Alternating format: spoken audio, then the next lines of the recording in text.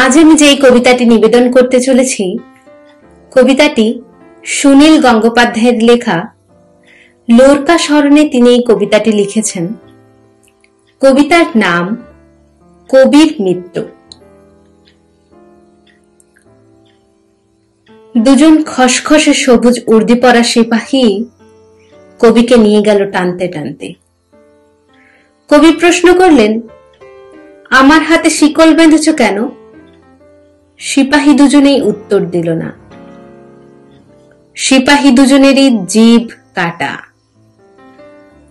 অস্পষ্ট গোধূলি আলোয় তাদের পায়ে ভারী বুটের শব্দ, তাদের চোখে বিজ্ঞাপনের আলোর লাল আভা। মেটে রঙের রাস্তা চলে গেছে পুকুরের পাড় ঘেঁষে ফ্লোরেসেন্ট বাঁশঝাড় ঘুরে। ফসল কাটা মাঠে এখন সদ্যকৃত বদ্ধ ভূমি। সেখানে আরো 4 জন সিপাহী রাইফেল হাতে প্রস্তুত। তাদের ঘিরে হাজার হাজার নারী ও পুরুষ।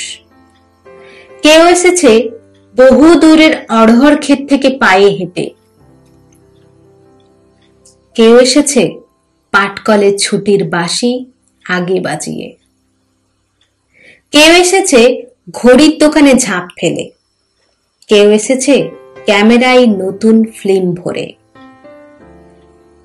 কেউ এসেছে অন্ধের লাঠি ছুঁয়ে ছুঁয়ে।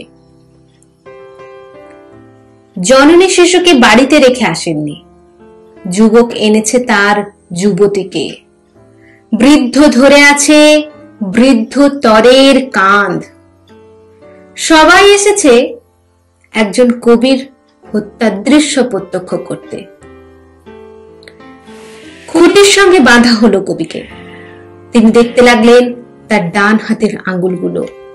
কনিষ্ঠায় একটা তিল, অনামিকা অলঙ্কারহীন, মধ্যমায় ঈষৎ টনটনে ব্যথা, তর্জনী সংকেতময়, বৃদ্ধাঙ্গুলি বিভৎস বিকৃত। কবি সামান্য একটু হাসলেন। একজন সিপাহীকে বললেন, আঙ্গুলে রক্ত জমে যাচ্ছে, হে হাতের শিকল খুলে দাও। সহস্র জনতার চিৎকারে সিপাহীর কান সেই মুহূর্তে বধির হয়ে গেল। জনতার মধ্য থেকে একজন বৈজ্ঞানিক বললেন একজন কসাইকে, পৃথিবীতে মানুষ যতই বাড়ছে ততই মুরগি কমে যাচ্ছে। একজন আদার ব্যাপারী একটা জাহাজ মার্কা বিড়ি ধরিয়ে বললেন, কাঁচা লঙ্কাতেও আজকাল তেমন ঝাল নেই। একজন সংশয়বাদে উচ্চারণ করলেন আপন মনে, বাপের জন্ম একসঙ্গে এত বেজম্মা দেখেনি শালা। পরাজিত এমএলএ বললেন একজন ব্যায়ামবীরকে, কুচকিতে বড় আম বাত হচ্ছে হে আজকাল। বাদামওয়ালা খুচরো পয়সা ভাঙিয়ে দেয়। একজন পকেট মারের হাত অকস্মাৎ অবশ হয়ে যায়। একজন ঘাটোয়াল বন্যার চিন্তায় আকুল হয়ে পড়ে। একজন প্রধান শিক্ষার্থী ছাত্রীদের জানালেন, প্লেটো বলেছিলেন। একজন ছাত্র একটি লম্বা লোককে বলল, মাথাটা পকেটে পড়ুন দাদা।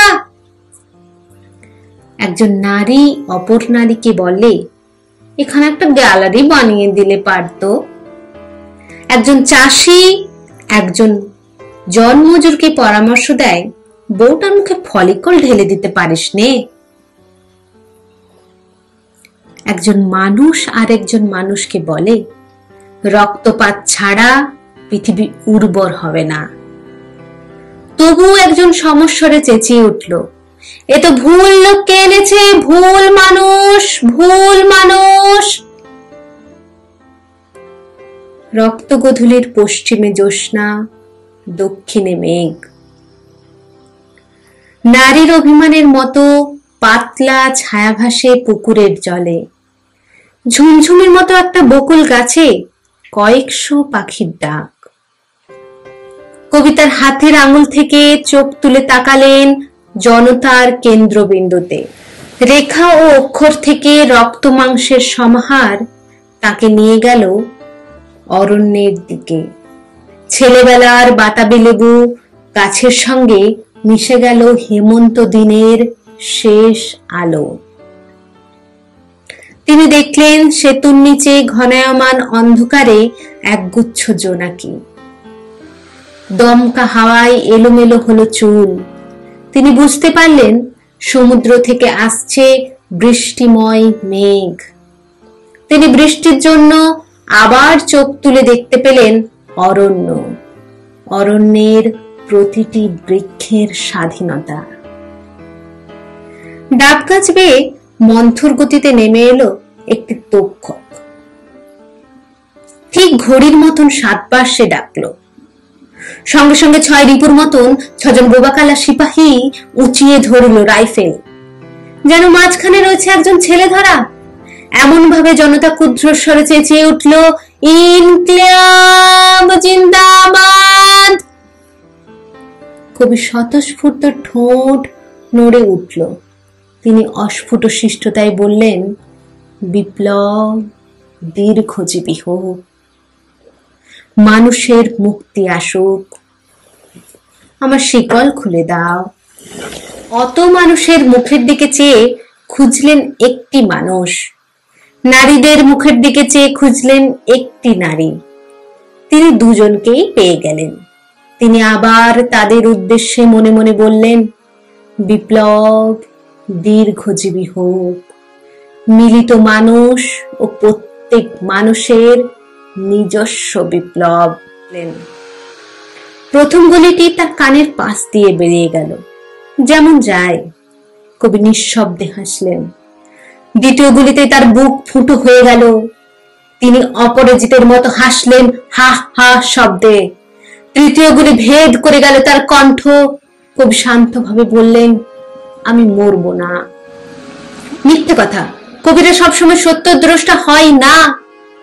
চতুর্থ গুলিতে বিদীর্ণ হয়ে গেল তার কপাল। পঞ্চম গুলিতে মরমর করে উঠল কাঠের খুঁটি। ষষ্ঠ গুলিতে কবির বুকের উপর রাখা ডান হাত ছিন্ন ভিন্ন হয়ে উড়ে গেল। কবি হুমড়ি খেয়ে পড়তে লাগলেন মাটিতে। জনতা ছুটে এলো কবির রক্ত গায়ে মাথায় মাখতে। কবি কোনো উল্লাস ধ্বনি বা হাহাকার কিছুই শুনতে পেলেন না। কবির রক্ত ঘিলু মজ্জা মাটিতে ছিটকে পড়া মাত্রই আকাশ থেকে বৃষ্টি নামলো দারুণ তোড়ে। আসলে কবির শেষ মুহূর্তটি মোটামুটি আনন্দেই কাটল। মাটির উপর পড়ে থাকা ছিন্ন হাতের দিকে তাকিয়ে তিনি বলতে চাইলেন, বলেছিলাম কিনা আমার হাত শিকলে বাঁধা থাকবে না। নমস্কার।